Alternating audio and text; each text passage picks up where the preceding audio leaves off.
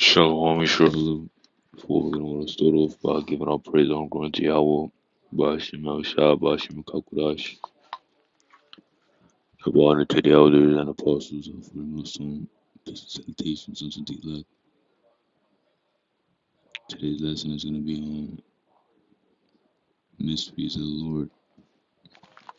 Okay, so pretty much, today's lesson is going to be a little different. A lot more reading than actual scriptures, but, let's get into it, pretty much. I just wanted to show you guys that the Lord can be very mysterious. Okay, the Lord has very mysterious. And this is the strange disappearance of D.B. Cooper. So I heard about this a while back. It was brought to my attention around a month ago, and I wanted to this was very mysterious. Was very you know, this is very mysterious. On Wednesday, November 24th, 1971, a man identified as Bradley Cooper bought a $20 one-way ticket on Northwest Airlines on flight 305 from Portland, Oregon to Seattle, Washington. Cooper was described as being in his mid-40s, wearing a business suit and overcoat, brown shoes, a white shirt, and black tie. He also carried a briefcase and a brown paper bag. Before the flight took off, he ordered a bourbon and a soda from a flight attendant. After the plane was airborne, Cooper handed the flight attendant a note. At first, she put it in her pocket without looking at it, but then Cooper told her, "Miss, you better look at that note. I have a bomb." Cooper then told her the bomb was sitting in his briefcase and asked her to sit next to him. He opened the briefcase to reveal red-colored sticks surrounded by an area of wires. Cooper told the flight attendant to write down everything he was saying and then take it to the captain. The note said, "I want $200,000 by 5 p.m. in cash exclusively in $20 bills. Put it in a knapsack. I want 2 back parachutes and 2 front parachutes. When we land, I want a fuel truck ready to refuel. No funny stuff or I'll do the job." So pretty much, he had a bomb in his briefcase, and he was he was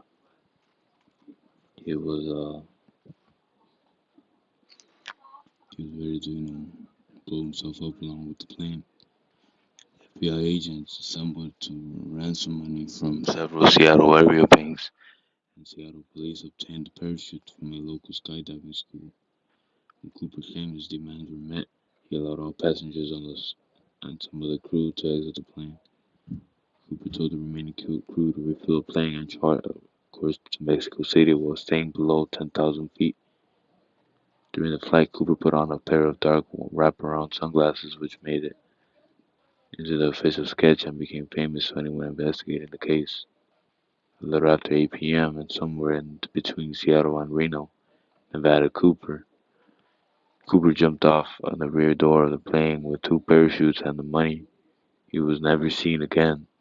Despite an expanded manhunt and over 45 years of searching, no conclusions have been made of the man's identity or his fate after he jumped.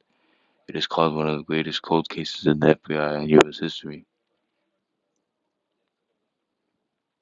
So, pretty much, that's mysterious. The Lord might have had something, the Lord definitely had something to do with this. He has something to do with pretty much everything. The Lord is the reason we exist, and the Lord puts everything to plan. That dude probably could have even been an angel or something. He probably could have been anything.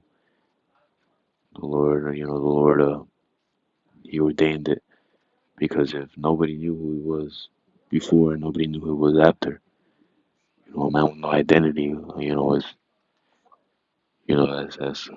that's creepy. That's mysterious, and the Lord is known to be mysterious. The Lord's wisdom is beyond our understanding. So who knows why the Lord caused that to happen? And the next mystery is the disturbing death of Leif Salam. So this is a case of of judgment.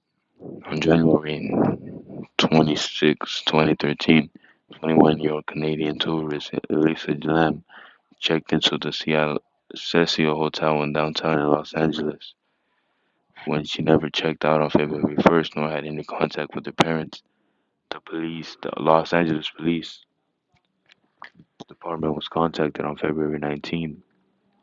18 days from the last time she was seen, Lam's body was found floating and naked in a water tank on the roof of the Cecil Hotel. Her body was found due to hotel guests complaining about the water pressure.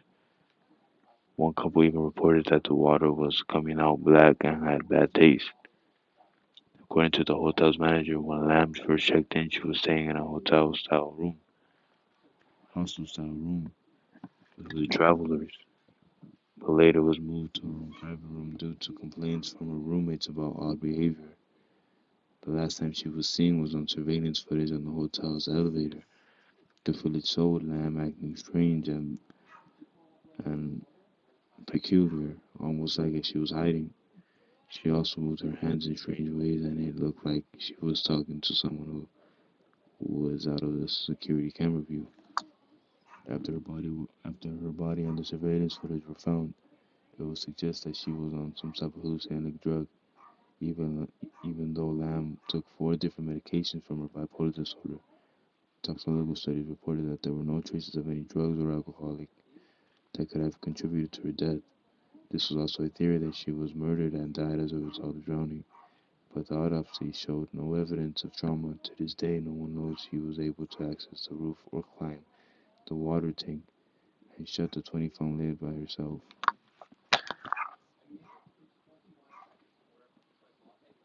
1 Corinthians 2:7. But we speak the wisdom of Yahuwah Shai the mystery, even the hidden wisdom which Yahuwah ordained before the world unto our glory, which none of the princes of this world knew, for they have known it, they would not have crucified the Lord of glory. And I'm gonna put the clip now of the lady who was killed.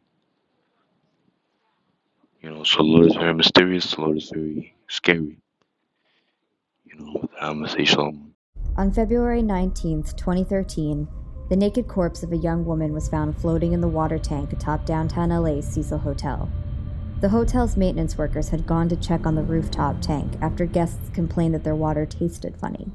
It was then that they found the severely waterlogged and decomposing body of 21-year-old Elisa Lam.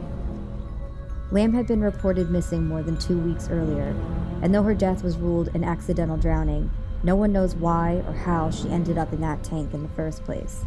Then, her bizarre case grew all the more disturbing when police released an eerie CCTV video of Lam in the hotel's elevator right before she was last seen alive. Lam's erratic behavior in the footage, coupled with her inexplicable disappearance, have kept her case morbidly fascinating for amateur sleuths and conspiracy theorists alike to this day.